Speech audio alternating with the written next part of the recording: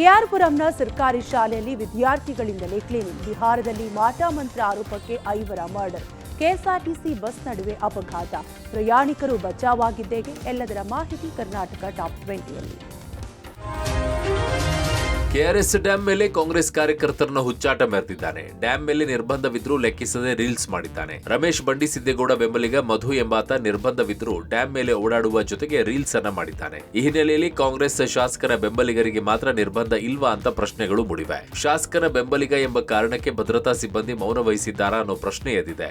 ಇನ್ನು ಪದೇ ಪದೇ ಭದ್ರತಾ ವೈಫಲ್ಯವಾಗುತ್ತಿದ್ರೂ ಅಧಿಕಾರಿಗಳು ನಿರ್ಲಕ್ಷ್ಯವನ್ನ ವಹಿಸ್ತಾ ಇದ್ದಾರೆ. ಡ್ಯಾಂ ಮೇಲೆ ಓಡಾಡಲು ಸಾರ್ವಜನಿಕರಿಗೆ ನಿರ್ಬಂಧ ಇದ್ರೂ ಶಾಸಕನ ಬೆಂಬಲಿಗರು ಮಾತ್ರ ಡ್ಯಾಂ ಮೇಲೆ ತೆರಳಲು ಅವಕಾಶ ಇದೆಯಾ ಅಂತ ಸಾರ್ವಜನಿಕರು ಆಕ್ರೋಶವನ್ನ ವ್ಯಕ್ತಪಡಿಸ್ತಾ ಇದ್ದಾರೆ.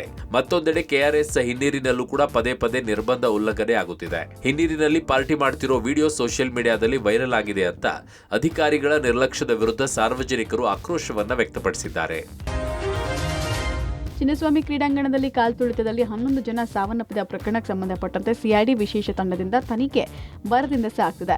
ಸಿಐಡಿ ತನಿಖೆಯಲ್ಲಿ ಸ್ಫೋಟಕ ವಿಚಾರಗಳ ಪತ್ತೆಯಾಗಿದೆ. ಟೈಮ್ ಲೈನ್ ಪ್ರಕಾರ ತನಿಖೆ ನಡೆಸಿ ರಿಪೋರ್ಟ್ ರೆಡಿ ಮಾಡಿಸ್ತಾ ಇರುವ ತನಿಖಾ ತಂಡ ಘಟನೆಗೆ ಕಾರಣ ಯಾರು ಅನ್ನೋದನ್ನ ಪತ್ತೆ ಹಚ್ಚಿದ್ದಾರೆ. RCB CEO Rajesh Menon, marketing head Nikhil ಸೋಸ್ಲೆಯಿಂದ ಕಾರ್ಯಕ್ರಮದ ನಿರ್ಧಾರ ಆಗಿತ್ತು. ಕೆಎಸ್ಎ ಮೇಲೆ ಒತ್ತಡ ಹಾಕಿ ಕಾರ್ಯಕ್ರಮ ಆಯೋಜನೆ ಮಾಡಿದ್ರು. ವಿರಾಟ್ ಕೊಹ್ಲಿ ರೀಸನ್ ಕೊಟ್ಟು ಅರ್ಜೆಂಟ್ನಲ್ಲಿ ಕಾರ್ಯಕ್ರಮ ಆಯೋಜನೆ ಮಾಡಿರೋದು ಗೊತ್ತಾಗಿದೆ. ಕೊಹ್ಲಿ ಆಪ್ತ ನಿಖಿಲ್ ಸೋಸ್ಲೆಯಿಂದ ಅತಿಯಾದ ಒತ್ತಡದಿಂದ ಕಾರ್ಯಕ್ರಮ ಆಯೋಜನೆ ಮಾಡಲಾಗಿತ್ತು. ಕಾರ್ಯಕ್ರಮ ಮುಂದೂಡಿಕೆ ಬಗ್ಗೆ ಪೊಲೀಸ್ ಇಲಾಖೆ ಮತ್ತು ಕೆಎಸ್ಎ ಅಭಿಪ್ರಾಯ ನೀಡಿತ್ತು. ಆದರೆ ಕೊಹ್ಲಿ ರೀಸನ್ ಹೇಳಿ ನಾಳೆಯ ಕಾರ್ಯಕ್ರಮ ಆಯೋಜನೆ ಆಗಬೇಕು ಅಂತ ನಿಖಿಲ್ ಒತ್ತಡ ಹಾಕಿದ್ರು. ಕೊಹ್ಲಿ ಯುಕೆಗೆ ಹೋಗಬೇಕು, ಮುಂದೂಡಿದ್ರೆ ಕೊಹ್ಲಿ ಬರಲ್ಲ ಅಂದಿದ್ದು ಕಾರ್ಯಕ್ರಮ ಆಯೋಜನೆ ಮಾಡಲಾಗಿತ್ತು. ಟಿಕೆಟ್ ಗೊಂದಲ, ಟ್ವೀಟ್ ಹಿಂದೆಯೂ ನಿಖಿಲ್ ಸೋಸ್ಲೆ ಕಾರಣ ಎನ್ನಲಾಗಿದೆ. ಟ್ವೀಟ್ನಿಂದಲೇ ಸಾಕಷ್ಟು ಜನ ಸೇರಿದ್ದು ಪತ್ತೆಯಾಗಿದೆ. ಕೆಎಸ್ಆರ್ಪಿ ಸಿಬ್ಬಂದಿಯೂ ಇರಲಿಲ್ಲ. ಸರಿಯಾದ ಇನ್ಸ್ಪೆಕ್ಷನ್ ಕೊಡದೇ ಇರೋದು ಗೊತ್ತಾಗಿದೆ. ಸದ್ಯ ಸಿಐಡಿ ಎಲ್ಲ ಅಂಶಗಳನ್ನ ರಿಪೋರ್ಟ್ನಲ್ಲಿ ದಾಖಲಿಸಿದೆ. ಮಕ್ಕಳು ಚೆನ್ನಾಗಿ ಓದಲಿ ಅಂತ ಪೋಷಕರು ಶಾಲೆಗೆ ಕಳಿಸ್ಕೊಡ್ತಾರೆ. ಆದರೆ ಕೆಆರ್ಪುರಂನ ಅನುದಾನಿತ ಸರ್ಕಾರಿ ವೀರಭದ್ರಸ್ವಾಮಿ ಪ್ರೌಢಶಾಲೆಯಲ್ಲಿ ಮಕ್ಕಳನ್ನು ಥೇಟ್ ಕೂಲಿ ಕಾರ್ಮಿಕರ ಥರ ದುಡಿಸ್ಕೊಳ್ಳಾಗ್ತಾ ಇದೆ. ಶೀಟ್ ಮೇಲೆ ಹತ್ತಿಸಿ, ಕಂಬ ಹತ್ತಿಸಿ ಮಕ್ಕಳ ಕೈಯಲ್ಲಿ ಕ್ಲೀನಿಂಗ್ ಮಾಡಿಸುವ ದೃಶ್ಯವನ್ನು ನೋಡಿದ್ರೆ ಬೆಚ್ಚಿ ಬೀಳುವಂತಿದೆ. ಸೇಫ್ಟಿಗೆ ಇಲ್ಲದ ಎತ್ತರದ ಶೀಟ್ ಮೇಲೆ ಹತ್ತಿಸಿ ಮಕ್ಕಳಿಂದ ಕಸ ಗುಡಿಸಲಾಗ್ತಾ ಇದೆ. ಜೊತೆಗೆ ಶಾಲೆಯ ಟಾಯ್ಲೆಟನ್ನು ಉಜ್ಜಿ ತೊಳಸಲಾಗ್ತಾ ಇದೆ. ಮಣ್ಣು ಕಲ್ಲು ಹೊರುವ ಕೆಲಸ, ಶಾಲಾ ಕಟ್ಟಡದ ಬಿಲ್ಡಿಂಗ್ ಧೂಳು ಹೊಡೆಯುವ ಕೆಲಸವನ್ನು ಮಕ್ಕಳಿಂದಲೇ ಮಾಡಿಸಲಾಗ್ತಾ ಇದೆ. ಈ ಬಗ್ಗೆ ನವೀನ್ ಅನ್ನೋರು ದೂರು ನೀಡಿದ್ದು, ಮಕ್ಕಳಿಗೆ ಇಲ್ಲಿ ಪಾಠಕ್ಕಿಂತ ಹೆಚ್ಚು ದುಡಿಮೆಗೆ ಹೆಚ್ಚಾಗಿದೆ ಅಂತ ಆರೋಪಿಸಿದ್ದಾರೆ. ಈ ಬಗ್ಗೆ ಸ್ಥಳೀಯ ಕ್ಷೇತ್ರ ಶಿಕ್ಷಣಾಧಿಕಾರಿಗಳಿಗೂ ದೂರು ಕೊಡಲಾಗಿದೆ. ಮೇಡಮ್, ಇದು ವೀರಭದ್ರ ಶಾಲೆ ಅಂತೇಳಿ ದೊಡ್ಡಗುಬ್ಬಿಯಲ್ಲಿರುವಂಥದ್ದು ಕೆಆರ್ಪುರಂ ಭಾಗಕ್ಕೆ ಬರುತ್ತೆ. ಇದು ಬಂದು ಸರ್ಕಾರಿ ಅನುದಾನಿತ ಶಾಲೆ. ಈ ಶಾಲೆಯಲ್ಲಿ ಮಕ್ಕಳಿಂದ ಪ್ರತಿಯೊಂದು ಕೆಲಸನೂ ಕೂಲಿ ಕಾರ್ಮಿಕರಿಗಿಂತ ಹೆಚ್ಚಾಗಿ ಬಳಸ್ಕೊಂತಾರೆ. ಪ್ರತಿಯೊಂದನ್ನು ಸಹ ಮಕ್ಕಳ ಕಡೆಯಿಂದನೇ ಮಾಡಿಸ್ಕೊತಾ ಇದ್ದಾರೆ. ಮಾಟ ಮಂತ್ರದ ಆರೋಪದ ಹಿನ್ನೆಲೆಯಲ್ಲಿ ಒಂದೇ ಕುಟುಂಬದ 5ರನ್ನ ಸಜೀವ ದಹನ ಮಾಡಿರುವ ಘಟನೆ ಬಿಹಾರದ ಪೂರ್ಣಿಮಾ ಜಿಲ್ಲೆಯ ಟೆಟ್ಕಾಮಾ ಗ್ರಾಮದಲ್ಲಿ ಕಳೆದ ಭಾನುವಾರ ರಾತ್ರಿ ಘಟನೆ ಆಗಿದ್ದು ತಡವಾಗಿ ಬೆಳಕಿಗೆ ಬಂದಿದೆ. ಒರಾನ್ ಎಂಬುವರ ಕುಟುಂಬದ ವಿರುದ್ಧ ಮಾಟ ಮಂತ್ರದ ಆರೋಪದಿಂದ ದೊಣ್ಣೆಗಳಿಂದ ಹೊಡೆದು ಬಳಿಕ ಜೀವಂತವಾಗಿ ಸುಡಲಾಗಿದೆ. ದೊಣ್ಣೆಗಳಿಂದ ಹಲ್ಲೆಗೈದ ಬಳಿಕ ಮೃತದೇಹಗಳನ್ನ ಚೀಲದಲ್ಲಿ ತುಂಬಿಸಿ ಬೆಂಕಿಗೆ ಎಸೆದು ಕ್ರೌರ್ಯ ಮೆರೆದಿದ್ದಾರೆ. 50 ವರ್ಷದ ಒರಾನ್, 48 ವರ್ಷದ ಸೀತಾದೇವಿ, 65 ವರ್ಷದ ಕಟೋದೇವಿ, 25 ವರ್ಷದ ಮಂಜೀತ್ ಒರಾನ್ ಹಾಗೂ 23 ವರ್ಷದ ರಾಣಿ ದೇವಿ ಎಂಬುವರು ಮೃತ ದುರ್ದೈವಿಗಳಾಗಿದ್ದಾರೆ. ರಾಮದೇವ್ ಮಹತೋ ಎಂಬುವರಿಂದ ಕೃತ್ಯ ಆಗಿದ್ದು ಸದ್ಯ 3 ಆರೋಪಿಗಳನ್ನು ಬಂಧಿಸಿರುವ ಬಿಹಾರ ಪೊಲೀಸರು ತನಿಖೆಯನ್ನು ಮುಂದುವರೆಸಿದ್ದಾರೆ. ಮೈಸೂರಿನ ಹೊರವಲಯದಲ್ಲಿ ಲಾರಿ ಮತ್ತು ಕೆಎಸ್ಆರ್ಟಿಸಿ ಬಸ್ ನಡುವೆ ಅಪಘಾತ ಸಂಭವಿಸಿದೆ.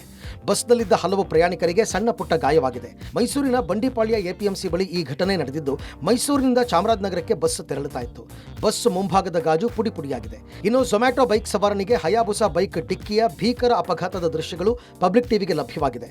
ಮೈಸೂರು ನಗರದಲ್ಲೇ ಜುಲೈ 6ರ ಮಧ್ಯರಾತ್ರಿ ನಡೆದಿದ್ದ ಅಪಘಾತ ಇದಾಗಿದ್ದು, ರಸ್ತೆ ಪಕ್ಕದಲ್ಲಿ ಹೋಗ್ತಾ ಇದ್ದ ಝೊಮ್ಯಾಟೊ ಬೈಕ್ಗೆ ಹಯಾಬುಸಾ ಸವಾರ ಗುದ್ದಿದ್ದ. ಕ್ಷಣ ಮಾತ್ರದಲ್ಲಿ 2 ದೇಹಗಳು ಚೆಲ್ಲಾಪಿಲ್ಲಿಯಾಗಿದ್ದವು.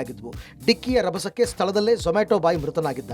ಡಿಕ್ಕಿಯ ನಂತರ 100 ಮೀಟರ್ ದೂರಕ್ಕೆ ಬಿದ್ದಿದ್ದ ಹಯಾಬುಸಾ ಬೈಕ್ ಬೆಂಕಿ ಹತ್ಕೊಂಡು ಸುಟ್ಟು ಕರಕಲಾಗಿದೆ. ಹಯಾಬುಸಾ ಬೈಕ್ ಸವಾರ ಚಾಮರಾಜನಗರದ ಗಾಳಿಪುರ ನಿವಾಸಿ ಸೈಯದ್ ಸರೂನ್ ಎನ್ನಲಾಗಿದೆ. ಶಾಲಾ ಮಕ್ಕಳಿಗೆ ಶೂ, ಸಾಕ್ಸ್ ಕೊಡಲು ದಾನಿಗಳ ಮೊರೆ ಹೋಗಿರುವ ರಾಜ್ಯ ಸರ್ಕಾರದ ನಡೆಯನ್ನು ಬಿಜೆಪಿ ತೀವ್ರವಾಗಿ ಖಂಡಿಸಿದೆ. ಈ ಬಗ್ಗೆ ಟ್ವೀಟ್ ಮಾಡಿರುವ ಬಿಜೆಪಿ, ಸರ್ಕಾರದ ಬೊಕ್ಕಸದಲ್ಲಿ ಬಿಡಿಗಾಸು ಅನುದಾನ ಉಳಿದಿಲ್ಲ. ಸಿದ್ದರಾಮಯ್ಯ ಸರ್ಕಾರ ಸಂಪೂರ್ಣ ದಿವಾಳಿಯಾಗಿದೆ.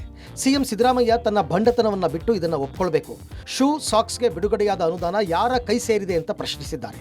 ಜೊತೆಗೆ ಶೂ ನೀಡಲು ದಾನಿಗಳನ್ನು ಹುಡುಕೋದನ್ನು ಬಿಟ್ಟು ಶೂ ನೀಡಲು ಬಿಡುಗಡೆಯಾದ ಅನುದಾನ ಯಾರ ಕೈ ಸೇರಿದೆ ಎಂಬುದನ್ನು ಬಹಿರಂಗಪಡಿಸಲಿ ಎಂದಿರುವ ಬಿಜೆಪಿ, ಸಿಎಂ, ಡಿಸಿಎಂ, ಶಿಕ್ಷಣ ಸಚಿವರ ಪೋಸ್ಟ್ ಮಾಡಿ ಟಕ್ಕರ್ ಕೊಟ್ಟಿದ್ದಾರೆ. ರಾಯಚೂರು ಜಿಲ್ಲೆಯಲ್ಲಿ ಪಡಿತರ ಅಕ್ಕಿ ಅಕ್ರಮ ಸಾಗಣೆ ದಂಧೆ ಎಗ್ಗಿಲ್ಲದೆ ನಡೀತಾ ಇದೆ. ರಾಡು, ಖಾರದ ಪುಡಿ ಇಟ್ಕೊಂಡು ಪಡಿತರ ಅಕ್ಕಿ ಅಕ್ರಮ ಸಾಗಣೆ ಮಾಡ್ತಾ ಇರೋದು ಅಧಿಕಾರಿಗಳ ದಾಳಿ ವೇಳೆ ಬೆಳಕಿಗೆ ಬಂದಿದೆ. ಗ್ರಾಮಸ್ಥರ ಮಾಹಿತಿ ಮೇರೆಗೆ ರಾಯಚೂರು ತಾಲೂಕಿನ ಫತೇಪುರದಲ್ಲಿ ಆಹಾರ ಇಲಾಖೆ ಮತ್ತು ಪೊಲೀಸ್ ಅಧಿಕಾರಿಗಳು ದಾಳಿ ನಡೆಸಿದ್ದು, ಬೊಲೆರೋ ಪಿಕಪ್ ವಾಹನದಲ್ಲಿ ಸಾಗಿಸ್ತಾ ಇದ್ದ 20 ಕ್ವಿಂಟಾಲ್ ಅಕ್ರಮ ಪಡಿತರ ಅಕ್ಕಿ ಜಪ್ತಿ ಮಾಡಲಾಗಿದೆ. ದಾಳಿ ವೇಳೆ ವಾಹನ ಬಿಟ್ಟು ಚಾಲಕ ಸ್ಥಳದಿಂದ ಪರಾರಿಯಾಗಿದ್ದಾನೆ. ದೇವದುರ್ಗದ ಜಾಲಹಳ್ಳಿಯಿಂದ ರಾಯಚೂರು ನಗರಕ್ಕೆ ಅಕ್ರಮವಾಗಿ ಅಕ್ಕಿ ಸಾಗಣೆ ವೇಳೆ ದಾಳಿ ನಡೆದಿದೆ. ಗ್ರಾಮೀಣ ಭಾಗದಲ್ಲಿ ಪಡಿತರ ಅಕ್ಕಿ ಕಡಿಮೆ ಬೆಲೆಗೆ ಕೊಂಡು ರೈಸ್ ಮಿಲ್ಗಳಿಗೆ ಮಾರಾಟ ಮಾಡುವ ದಂಧೆ ಎಗ್ಗಿಲ್ಲದೆ ನಡೆದಿದ್ದು ಬ್ರೇಕ್ ಬೀಳ್ತಾ ಇಲ್ಲ. ಗ್ರಾಮಸ್ಥರ ಮಾಹಿತಿ ಮೇರೆಗೆ ರಾಯಚೂರು ಆಹಾರ ನಿರೀಕ್ಷಕ ಖಲೀಲ್ ನೇತೃತ್ವದಲ್ಲಿ ದಾಳಿ ನಡೆದಿದೆ.